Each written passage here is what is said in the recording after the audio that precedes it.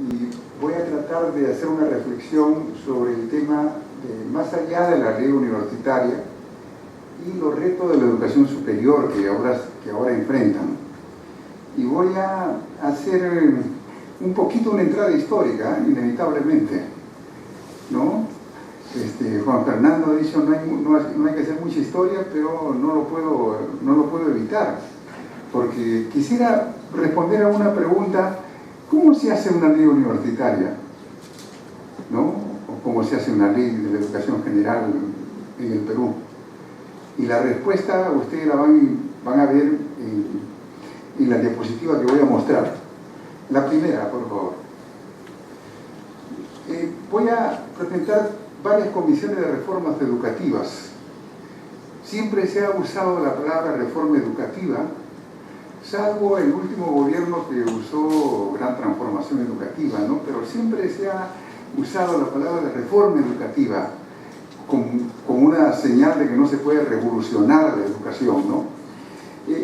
Esta primera comisión es del gobierno de Manuel Pardo, que gobernó, y la comisión fue del 75 al 76, estuvo presidida por el ministro de Educación, de Justicia, Culto e Instrucción del momento, que era Manuel Odriozola, y lo integraban Sebastián Lorente, Eduardo de Javis, Manuel Atanasio Fuentes, Pierre Pradier Foderé, que digamos son en ese momento personas entre los 35 y los 40 años y eran técnicos.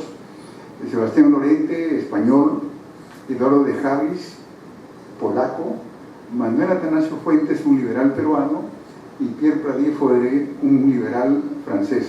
Todos ellos liberales, todos ellos venían de fuera a cumplir funciones en el gobierno del presidente Manuel Pardo, quien estudió en Francia y estableció algunas conexiones, y por eso ellos estaban ahí. Lo que el programa, el plan trató de hacer es descubrir el país, una educación para descubrir el país y una educación para apoyar un plan de desarrollo nacional. Eran las dos ideas del liberalismo de Manuel Pardo. Y el libro, el autor, el suceso editorial representativo de esta época fue el libro de Antonio Raimondi, El Perú, en 2 volúmenes, que se publicó en 1874 y que inspiró a aquellos que se reunían en esta comisión. Esta comisión produjo el primer reglamento de instrucción pública completo republicano, donde había educación primaria, secundaria y universitaria. Y fue un reglamento que produjo mucha polémica. La siguiente. El otro, doy un gran salto, doy un gran salto, y he traído este documento para que lo vean mis acompañantes en la mesa redonda, y es el Consejo Nacional de Educación del gobierno ya supuestamente democrático del general Manuel Aodriga, de 1950. Miren la integración: el coronel Juan Mendoza Rodríguez, que era el ministro de Educación; luego María Rosario Arauz, directora de la Escuela de Servicio Social del Perú; Víctor Andrés Belaunde, vicerrector de la Pontificia Universidad Católica del Perú; Manuel Llosa, director de la Escuela de la UNI; Enrique Arnáez, catedrático de San Marcos; Carlos Rodríguez Pastor, profesor de Derecho de San Marcos; y Jorge Romaña Plazole, profesor de San Marcos. Finalmente, José Fluker, profesor de la Escuela Nacional de Ingenieros del Perú. Esta era la comisión, la segunda comisión, que elaboró una propuesta educativa. Y la propuesta educativa se llama Plan de Educación Nacional, aprobada en enero de 1950, y que trajo enormes cambios, enormes cambios. No quiero hablar con entusiasmo de esta propuesta, porque ya me ha pasado un incidente en una reunión, pero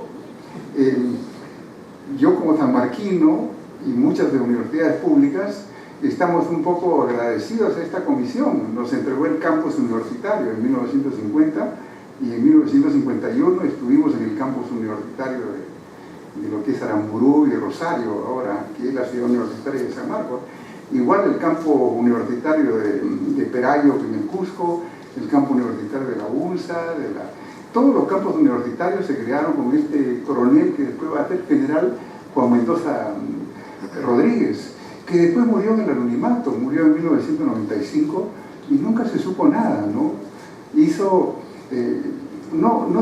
Los campos de las universidades eran una idea de Manuel Vicente Villarán de antes, pero se extendió durante esta época y todas las universidades nacionales recibieron campos universitarios. Pero no solo eso, San Marcos recibió una extensión grande en Pucallpa, en Mantaro, en el Cusco, una isla en Loreto. O sea, estaba posicionada con una enorme infraestructura. La UNE recibió campos petroleros en Tumbes. Bueno, yo no sé cómo llamarle a esta actuación del general Juan Mendoza Rodríguez, pero no quiero hablar mucho de eso.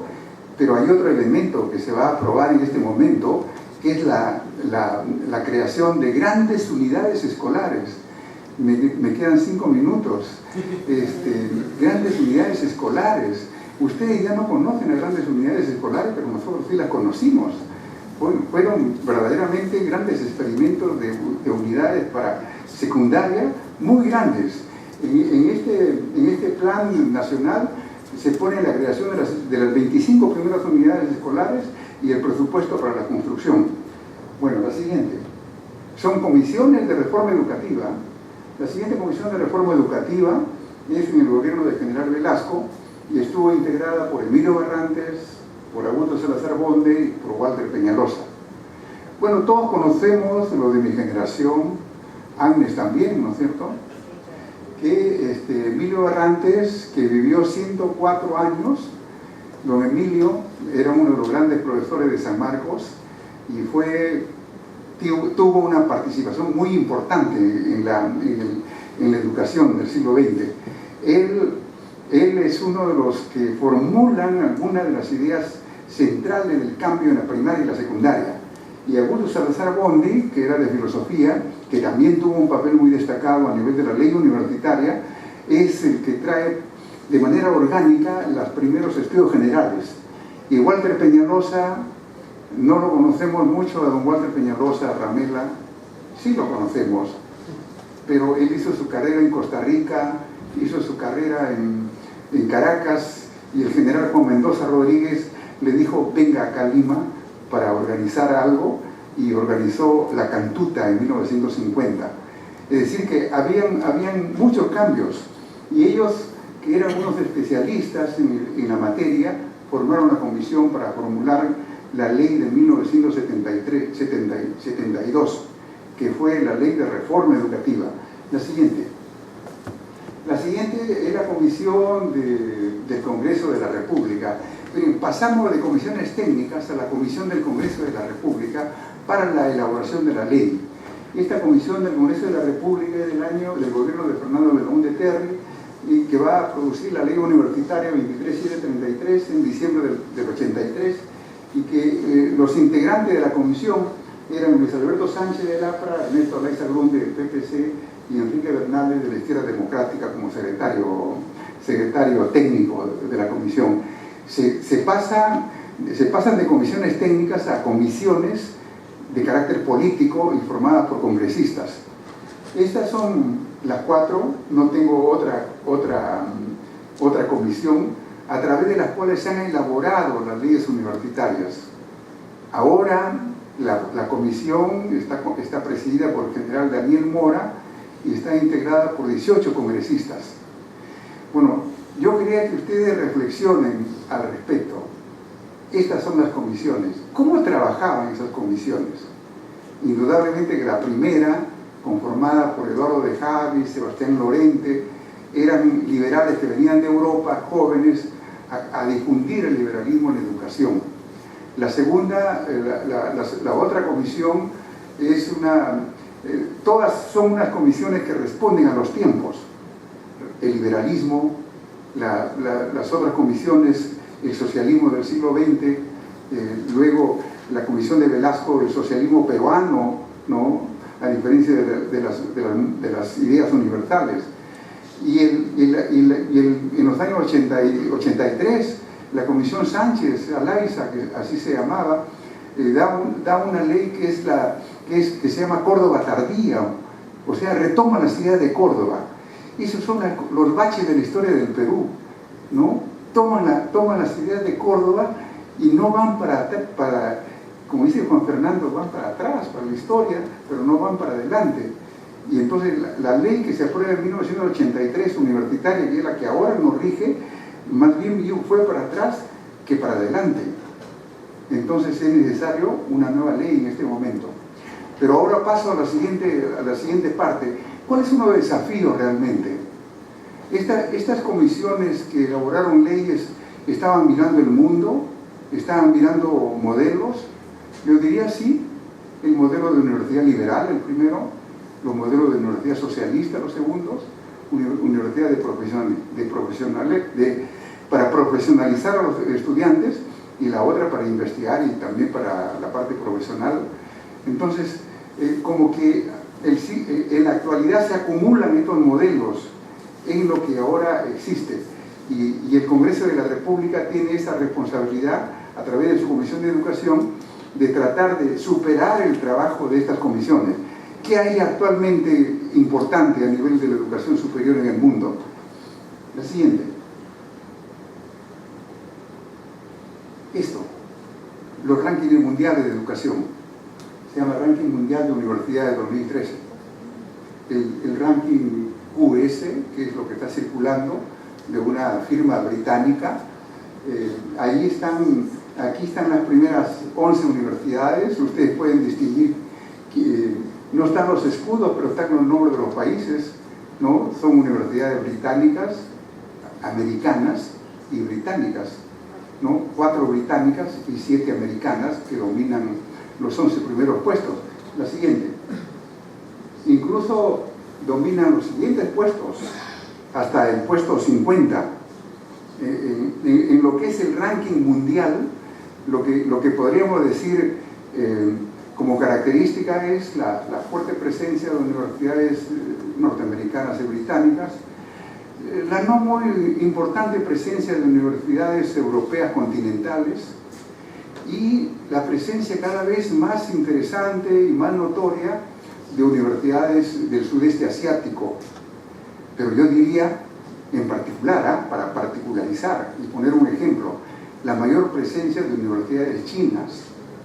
Entre el puesto 23 y el puesto 127 hay 10 universidades chinas con altos puntajes.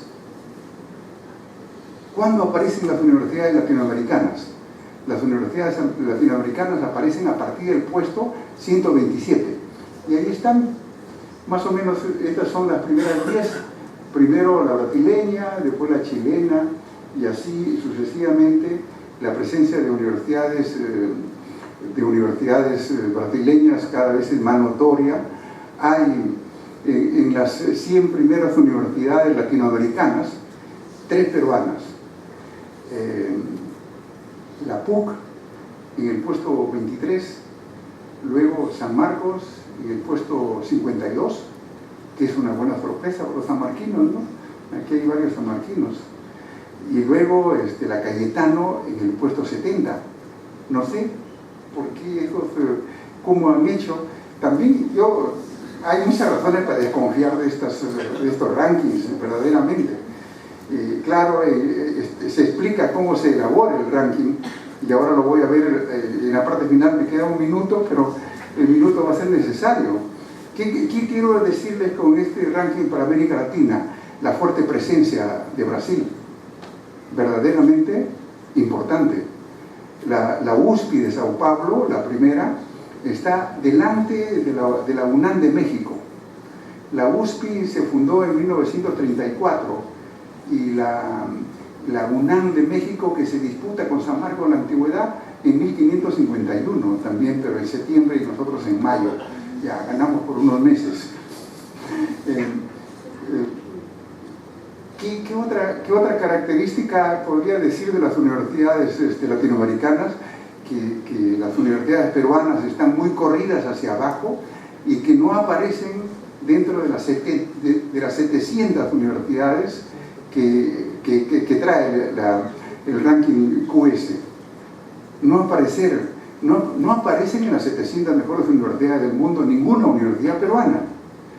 Entonces yo le decía a Gustavo ahora, al entrar, que no estamos en la Champions League.